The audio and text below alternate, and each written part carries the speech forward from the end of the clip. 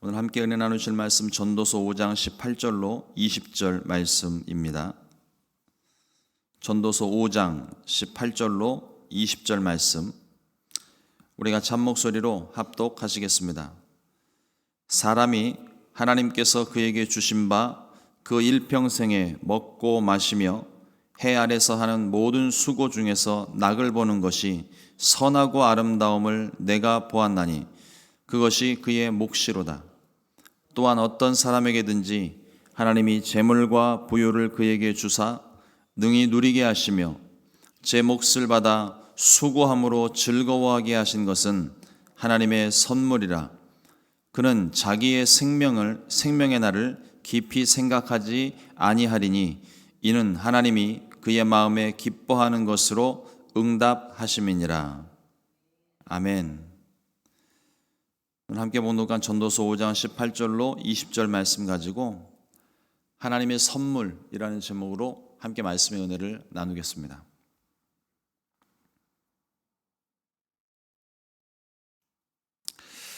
우리가 전도서 말씀을 계속 살펴보면서 인생 가운데 헛된 일들에 대한 것들을 계속 말씀을 좀 나누고 있습니다. 전에도 한번 말씀을 드린 적이 있지만 조금 다른 관점에서 이런 질문을 드리고 먼저 시작을 합니다. 왜 이 땅에서 수고하고 노력하는 것들에 대한 만족함이 없을까요? 권력을 주기 원하는 사람은 그 권력을 노력을 해서 이 모양 저 모양으로 해서 어떻게든 권력을 쟁취를 합니다. 근데 권력을 잡고 난 다음에 이게 다 끝났구나, 이제 다 얻었구나 생각하는 그 순간 항상 자기보다 높은 권력이 나타납니다. 그래서 그 새로 나타난 사람의 그 권력을 따라잡기 위해서 또 부지런히 노력을 합니다. 그리고 그 사람을 딱 잡는 순간 또 다른 사람이 나와요. 재물도 마찬가지입니다.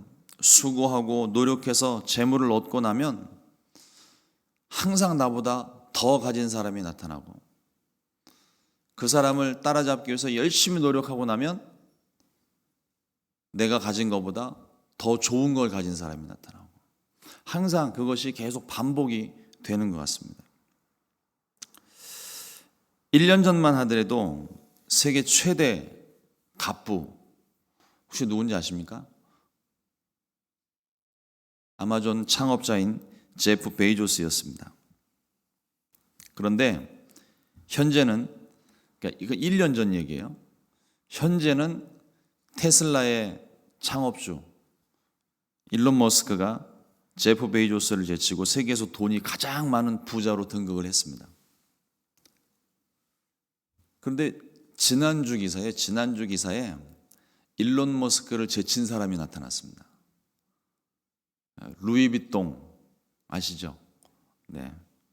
루이비통과 티파니 등 명품 브랜드를 소유한 베르나르 아르노라는 사람이, 이 회장이 1위가 됐습니다. 딱 2시간 1위가 됐어요. 그리고 다시 일론 머스크로 바뀌었습니다. 본인의 노력과는 상관없이 그냥 자기네들이 가지고 있는 주가가 올라가냐 내려가냐에 따라서 순위가 엎치락뒤치락 한대요. 돈 많은 사람들이야 아무 의미 없는 순위 변동이겠지만 그 돈을 갖지 못한 사람들 입장에서는 그저 부러움의 대상일 뿐인 것 같습니다. 그러니까 이런 내용들이 기사가 되죠. 전도서 5장 10절 말씀을 보면 은을 사랑하는 자는 은으로 만족하지 못하고 풍요를 사랑하는 자는 소득으로 만족하지 아니하나니 이것도 헛되도다. 소유에 대한 욕심이 누구에게나 있습니다. 더 가지고 싶고, 많이 가지고 싶고, 좋은 것 가지고 싶고. 그런데 이 소유에 대한 욕심은 가져도 끝이 없이 더 가지고 싶은 욕심만 커져가는 것 같습니다. 세상의 모든 부귀영화를 누려봤던 솔로몬의 고백, 이 전도서의 말씀을 묵상하면서 아마 거의 매일같이 제가 말씀을 드리는 것 같아요. 모든 것이 헛되도다. 은을 가져도 헛된 것이고 풍요함을 누리고 있어도 만족하지 못하는 것, 이것이 다 헛된 일이라고 솔로몬이 고백을 합니다. 하나님께서 우리에게 재물을 얻을 능력을 분명히 주셨습니다. 그래서 우리가 수고하고 노력을 하게 되면 우리가 얻을 수 있도록 세상의 질서와 또 우리 생각과 마음에 그와 같은 능력도 생각도 함께 더해 주셨습니다. 하지만 항상 지나치면 문제가 됩니다. 과욕은 오히려 우리를 병들게 만듭니다. 우리가 무엇인가를 얻어서 즐거움을 누릴 때 많이 얻어서 즐거운 게 아니에요. 앞서 말씀을 드린 것처럼 더 가져봐야 가지면 가질수록 욕심이 커져서 이 만족감을 누리지를 못합니다. 그러나 작은 일에 수고해서 노력하여 얻은 결과들로 그것으로 만족할 수 있는 사람, 그러한 사람이 오늘 성경에서 복이 있는 사람이라고 말을 합니다. 많이 얻어서 즐거운 것 아니고 더 가져서 기쁜 것도 아닙니다. 많이 얻을수록 더 채우지 못한 아쉬움과 더 채우고 싶은 욕심과 재물에 대한 근심과 염려만 더 커져갈 뿐입니다. 우리가 얻은 것으로는 절대로 만족함을 누릴 수 없다는 것이죠. 세상을 다 얻어도 건강을 잃고 나면 모든 게 다 허사예요. 몸이 상하도록 밤낮 없이 일을 해서 물질을 얻을 수 있을지는 모르겠지만 그렇게 혹사하고 밤낮 없이 잠 안 자면서 그렇게 죽을 똥살똥 일을 해서 거둬들인 재물은요, 결국 잃어버린 건강을 되찾기 위해서 다 그쪽으로 쓰게 되어 있습니다.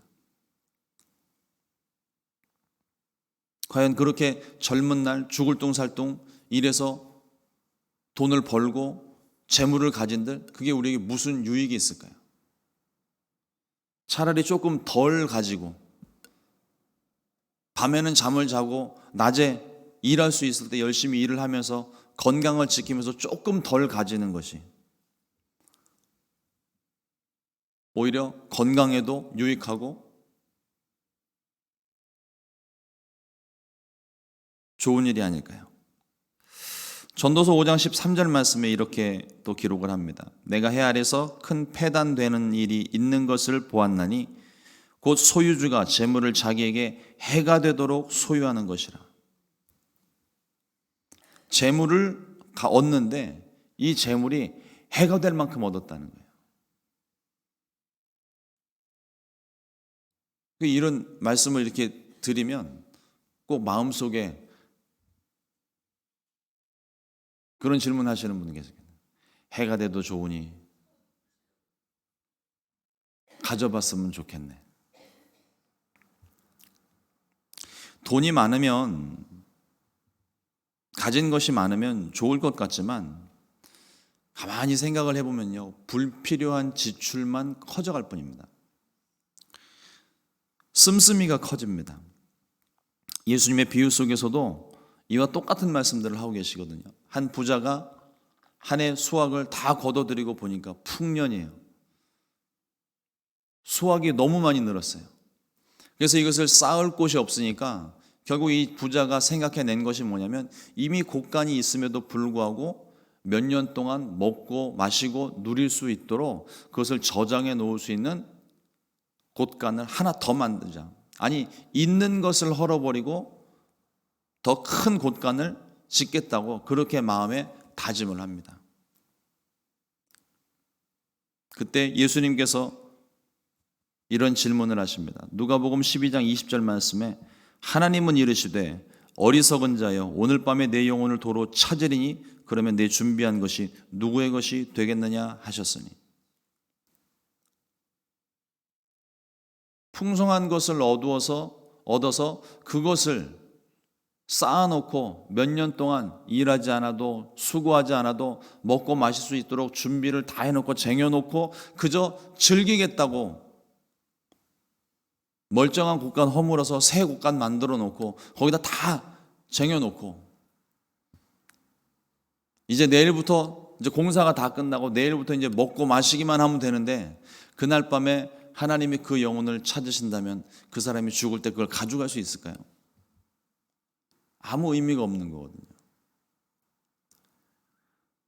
당장 지금 내가 없어서 못 먹는 것도 아닌데 몇 날 며칠을 쌓아두고 즐기기 위해 창고를 허물고 새 창고를 짓는 것이 의미 없다 말씀을 하십니다.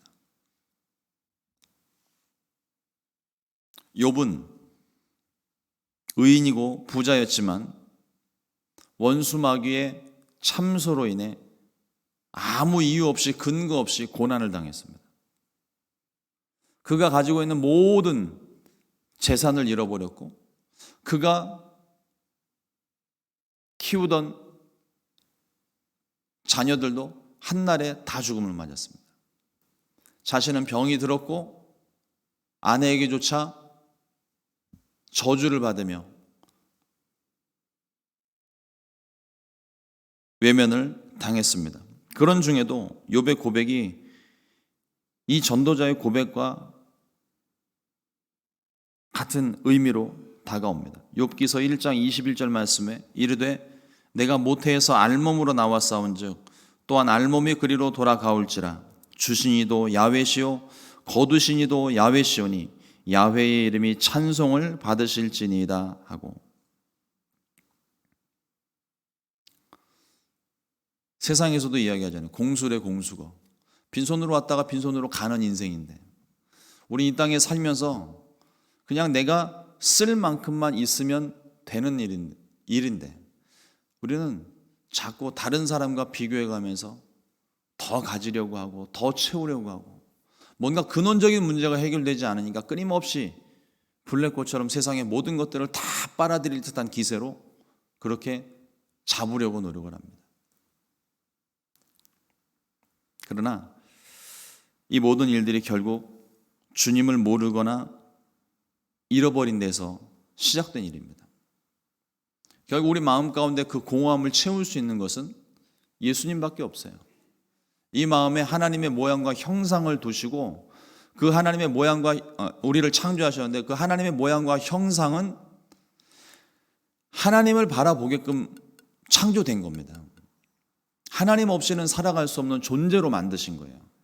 그런데 우리가 죄를 지음으로 인해서 하나님의 모양과 형상이 깨져버렸어요. 이게 우리 안에 없어졌어요.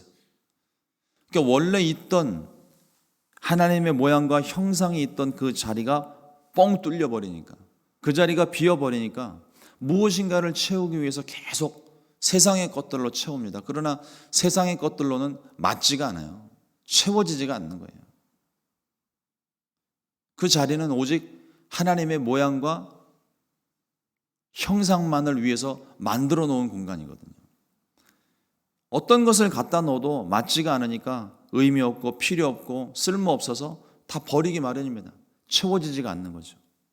그 자리는 오직 하나님만 들어가실 수 있는 자리예요. 그러므로 이 세상 가운데서 주님을 모르거나 잃어버리는 것이 세상에서 가장 헛된 일입니다. 아무리 세상에서 바쁘고 많은 일들을 하여도 하나님을 모르거나 하나님을 믿었다가 그 마음 가운데 잃어버리거나 주님의 우리를 인도하시는 그 길을 방향을 잃어버리고 방황하는 것, 이게 세상에서 가장 헛된 일이라고 솔로몬이 고백하는 거예요. 우리가 하나님에게서부터 와서 하나님 때문에 살다가 하나님께로 돌아가는 인생일진데 이 세상 소유에 집착하다가 하나님을 잃어버린다면 이보다 또 허망한 일이 있을까요? 하나님께서 우리 인생을 책임져 주십니다. 우리가 세상에서 누리고 있는 모든 것들이 하나님께서 우리에게 베푸신 선물입니다. 우리에게 허락하신 시간과 날들과 생명과 건강과 가족과 내가 이 땅에 살아가면서 누릴 수 있는 모든 것들이 다 하나님께서 우리 가운데 베푸신 선물이에요. 그걸 누리는 게 축복입니다. 전도서 5장 19절 말씀에 또한 어떤 사람에게든지 하나님이 재물과 부유를 그에게 주사 능히 누리게 하시며 제 몫을 받아 수고함으로 즐거워하게 하신 것은 하나님의 선물이라. 우리는 이 땅에 살면서 하나님께서 우리 가운데 베풀어 주신 것, 우리에게 베풀어 주신 것에 감사하며 누리고 즐겁게 살아야 할 줄로 믿습니다. 그것이 우리에게 베푸신 하나님 은혜에 보답하며 사는 길이에요. 늘 말씀을 드리지만 갚을 수 없는 은혜라면 값지게 살아야 됩니다. 우리에게 베푸신 은혜라면 그 은혜를 누리며 살 수도 있어야 되는 거예요. 은행에 10만 달러가 있었으면 좋겠습니다. 저만 그렇게 생각을 하는 건가요? 은행에 한 10만 달러 정도 금액이 작아서 그런가요? 네, 한 50만으로 올리겠습니다. 50만 달러 있었으면 좋겠습니다. 제 이름으로. 그런데 은행에 50만 달러가 제 어카운트에 저장이 돼 있어도 그걸 내가 빼서 사용하지 않으면요, 내 명의로 돼 있어도 그건 내 돈 아닙니다. 사용을 해야 내 돈인 거예요. 은행에 내 이름으로 돼 있지만 그걸 내가 사용하지 못한다면 앞서 예수님의 비유와도 같이 사용 다 못했는데 주님이 저를 부르시면 그건 내 돈 아닌 거예요.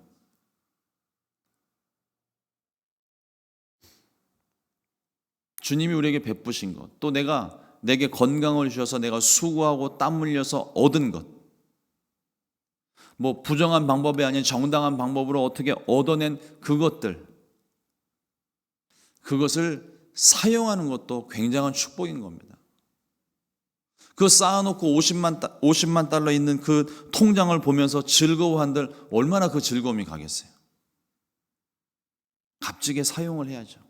필요한 곳에 사용을 해야죠. 그래야 내 돈인 것입니다.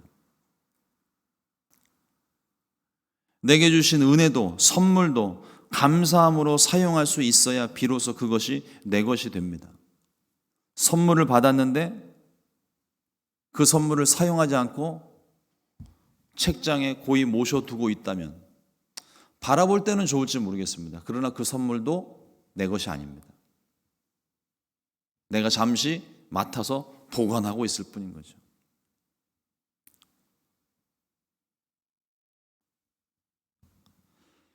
하나님의 선물은 많이 얻은 것이 선물이 아니라 수고함으로 얻은 것이 선물입니다. 땀 흘려 얻은 것이 보람이 있고 가치가 있는 것입니다. 성경에서 가르치는 우리 인생의 원리는 심는 대로 거두는 법칙, 그리고 땀 흘린 만큼 만족하는 법칙입니다. 이것이 세상의 질서이고 하나님의 질서입니다. 하나님께서 오늘 우리에게 오늘이라는 시간을 주셨어요. 이것도 우리에게 주신 선물입니다. 누구는 이 선물을 받지 못하고 생을 마감한 사람도 있고,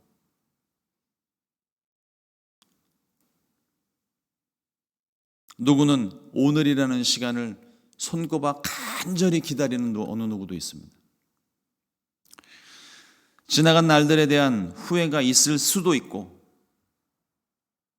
아쉬움이 있을 수도 있습니다. 그러나 과거에 우리가 사로잡혀 있다면, 그리고 내가 지금 가지고 있지 않은 것에 대해서 집착을 하고 있다면 우리에게 주신 오늘이라는 선물을 사용하지 못하게 됩니다. 그렇게 되면 그것은 내게 주신 선물이 아닌 거예요. 내 것이 아닌 거예요. 그리고 오늘 내게 주신 시간을 허비하고 난 다음에 내일은 오늘을 또 후회하게 될 겁니다. 오늘 우리에게 주신 시간과 생명과 우리에게 베푸신 모든 것들에 감사하며 기쁨으로 살게 되시기를 주님의 이름으로 축원을 드립니다. 이것이 우리에게 베푸신 은혜를 잘 사용하는 방법입니다. 오늘도 주의 은혜가 충만하시기를 주님의 이름으로 축원합니다. 기도하겠습니다.